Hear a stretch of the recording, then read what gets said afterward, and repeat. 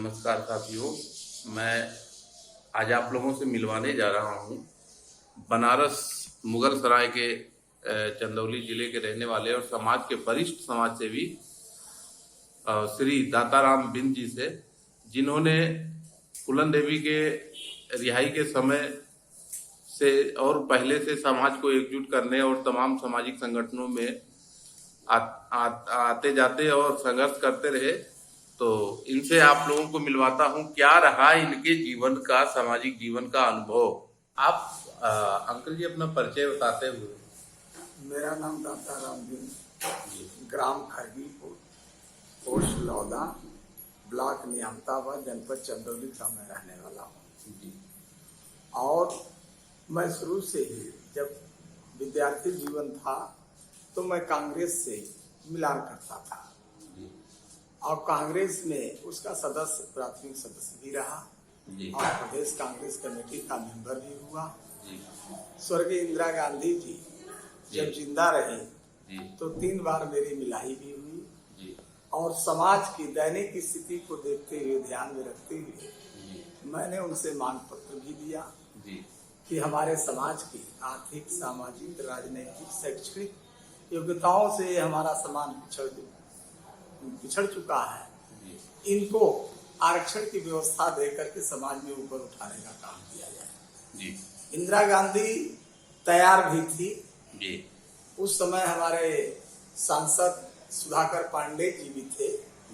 उनके साथ इंदिरा जी ने कही कि सुधाकर जी, इन समस्याओं को पटल पर रखने का काम करो। तब तक से इंदिरा गांधी की हत्याएं हो गई।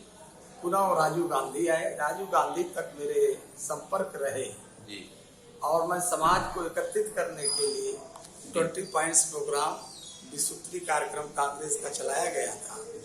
मैं चकिया त्रिमोहानी पर एक कार्यालय खोलकर इसी माध्यम से अपने समाज के लोगों का, पीड़ित लोगों का कार्य करता रहा। शासन से जो भी कुछ मिलता रहा सहयोग उनको दिलाने का काम करते रहे और न्याय दिलाते रहे।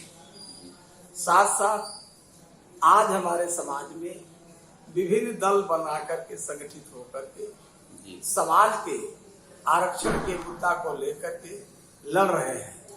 कई संगठन काम कर रहे हैं, परंतु उन संगठन से मेरे समाज का कुछ होने वाला नहीं। इसलिए नहीं होने वाला है कि हमारे समाज के मछुआ समुदाय के जो भी व्यक्ति सांसद, विधायक बन जाता है तो अपने लिए जीता है, समाज के लिए नहीं जीता है। क्योंकि ये आपस में बैठ करके हमारे समाज के जितने भी सांसद, विधायक हुए हैं, इनको आपस में बैठ करके सामाजिक मुद्दा पर बात करनी चाहिए और बात करके ये प्रधानमंत्री, मुख्यमंत्री से समस्याओं के निदान के लिए ये लोग बात करते और उस पर प्रेशर देते तो शायद हम लोगों की समस्याओं का निदान हो जाता। ऐसी परिस्थितियों की इसका अभाव है, जिसे हमारे एक नई पार्टी बिहार से सत्ता में, उनकी पार्टी है राज्य मुकेश सहनी जी का वीआईपी पार्टी, वो भी हमारे उत्तर प्रदेश में लॉन्च कर रही है। हम लोग तो इनके विचारों से जुड़ना चाहते थे, परंतु जब बनारस में आए एरोड्रम से इनको बाहर नहीं निकलने दिया गया, कैद कर लिया गया। इनके कुछ संगठन के लोग होटल में रुके थे। हम लोग सोचे कि वहां पर मिल लिया जाए, मगर वो छावनी में तब्दील हो गया था। किसी से कोई को मिलने नहीं दिया गया। तो हम आशा की जो किरण जगी थी, अब महसूस हो रहा है कि हमारे आरक्षण की व्यवस्था रुक जाएगी। परंतु हमारे समाज के कुछ बीजेपी में सांसद हैं, कुछ अन्य दलों में लोग हैं, मगर उस सांसद, विधायक के रूप में है। आज के पेपर से, हिंदुस्तान के पढ़ने से मुझे आभास हो रहा है कि पिछड़ी हुई जातियों का, जो अति पिछड़ी हुई है, उनका बिल पास होने जा रहा है, आज हो भी जाएगा, जैसा पेपर से लगा है। तो इससे हमारा वो कर्पूरी ठाकुर की मेथड की तरह 27% आरक्षण ओबीसी, 22% आरक्षण SC ST, 49%। उस समय झगड़ा चला, मंडल कमंडल जब आया तो इन जातियों के आरक्षण का मुद्दा उठा आरक्षण का मुद्दा उठा के हमको एससी के कोटे में रखा जाए जी। परंतु मायावती की सरकार, मुलायम सिंह की सरकार, गठबंधन में सरकार बनी थी। 1 मिनट यहाँ मैं रोकूंगा। अब इसको आप डिटेल से बताइए कि जब 1993 में वीरांगना फूलन देवी जी को रिहा करने के लिए बाबू मनोहर लाल जी की अगुवाई में जी जो रैली निकाली गई लखनऊ में, जी उस बेगम हजरत महल पार्क भरा गया, उस समय समाज के कौन कौन से मुद्दे रखे गए थे? समाज के वहाँ पर 3 मुद्दे से बात हुई थी माननीय मुख्यमंत्री मुलायम सिंह से जी कि फूलन देवी की रिहाई, जी शासन से फूलन देवी की रिहाई, जी। मछुआ समुदाय को 25 सीटों की मांग, 25 सीटों की। हाँ, और इस मछुआ समुदाय के लोगों को जो हमारी जातियां हैं जी इनको एससी के कोटे में रखने के लिए और उनकी सुविधाएं इनको मुहैया कराने के लिए जी उन्होंने हाँ भरा था जी। परंतु ये गठबंधन की सरकार बनी थी जी। बीजेपी और बीएसपी और सपा जी। इनको उनके नेता मानवर काशीराम जी इनको दिल्ली तलब किए जी। इन्होंने कहा कि यदि इन जातियों को हमारे इन जातियों में समायोजित किया जाता है तो मैं समर्थन हटा लूंगा। काशीराम जी ने कहा। काशीराम जी उनको गाइड दिया जी। कुर्सी की लालच में जी। वो बेगम हजरत पार्क में आए।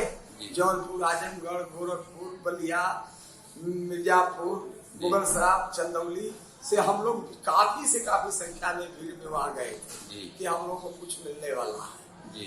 परंतु मौसी से उनको रिसीव किया गया मुलायम सिंह को और आए मंच के माध्यम से उन्होंने घोषणा की कि उत्तर प्रदेश सरकार के द्वारा जितनी भी केसें हैं फूलन देवी की उसको वायु मुक्त रिहा किया जाता है करेगी उत्तर प्रदेश सरकार और आपको 20 सीटों पर चुनाव लड़ाएंगे और उन्होंने चुनाव में लड़ाई भी कुछ भागीदारी की है। मेन मुद्दा हमको SC/ST में रखने का मुद्दा को वो घोषणा नहीं कर पाए। इतना ही कहे कि आप लोग एकीकृत होकर के अपने टाइटल, अपने नाम के आगे एक टाइटल का संबोधन करिए। जैसे हम लोग विभिन्न जातियों में थे मर यादव लिखते हैं इस तरह का उन्होंने निर्देश दिया। परंतु हमारे समाज के लोग तितिर बितिर विभिन्न नामों से अपने को वंचित होकर के अलग अलग लड़ाई लड़ रहे हैं जो गलत है। हमारा एक टाइटल होना चाहिए।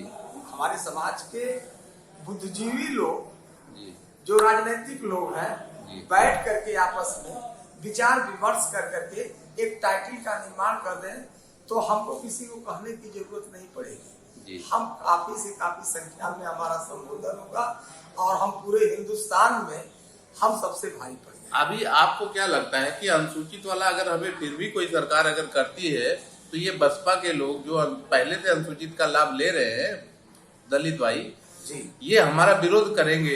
एकदम करेंगे। हाई कोर्ट से सुप्रीम कोर्ट तक जाएंगे? एकदम जाएंगे। और अन्य दल जो आरक्षण के विरोधी हैं उनको मौका मिल जाएगा? एकदम मौका मिलेगा। तो इस स्थितियों में हमें अभी किस पे संघर्ष करने की जरूरत है? अनुसूचित वाले पे या पिछड़े को अलग करवाने वाले पे? मंडल, चूंकि जब जब विश्वनाथ प्रताप जो यहाँ के प्रधानमंत्री हुए लागू किए तो उस समय 22%, 22.5% SC/ST और 27% OBC को दिया गया। उस समय बहुत से छात्र हैं जो इसका विरोध भी किए सवर्ण लोग मगर इसके बावजूद भी लागू हुआ। लागू होने के साथ साथ हम समाज के अति पिछड़ों में से आते हैं। हम दबे कुचले भी हैं।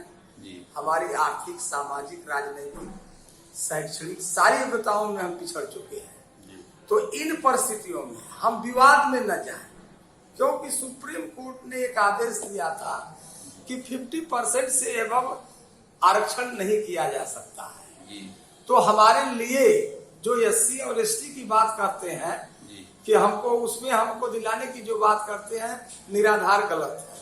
अगर यदि हो भी जाता है तो उसका भी SC/ST वाले विरोध करेंगे, उसका लाभ हमें नहीं मिल पाएगा किसी भी सूरत में। ऐसी परिस्थितियों में मैं अपने समाज के अग्रणी लोगों से आग्रह निवेदन करूंगा जी कि एक मुद्दे पर आए कि 27% में जी जो आरक्षण दिया गया है ओबीसी का, जी उसमें हमारी जनसंख्या काफी है, जी हमारे मछुआ समुदाय की जनसंख्या काफी है, जी तो हमारा परसेंट एक कर्पूरी ठाकुर की मेथड पर, फार्मूले पर जी इसको डिवाइड कर दिया जाए। हमारा जब भी परसेंट बनता है जी हमारा रिजर्व कर दिया जाएगा, तो उससे हमारे समाज का विकास होगा। हमारे आईएएस भी होंगे, पीसीएस भी होंगे, नौकरी भी मिल जाएंगे और शिक्षा के मामले में भी आगे बढ़ेंगे। हमें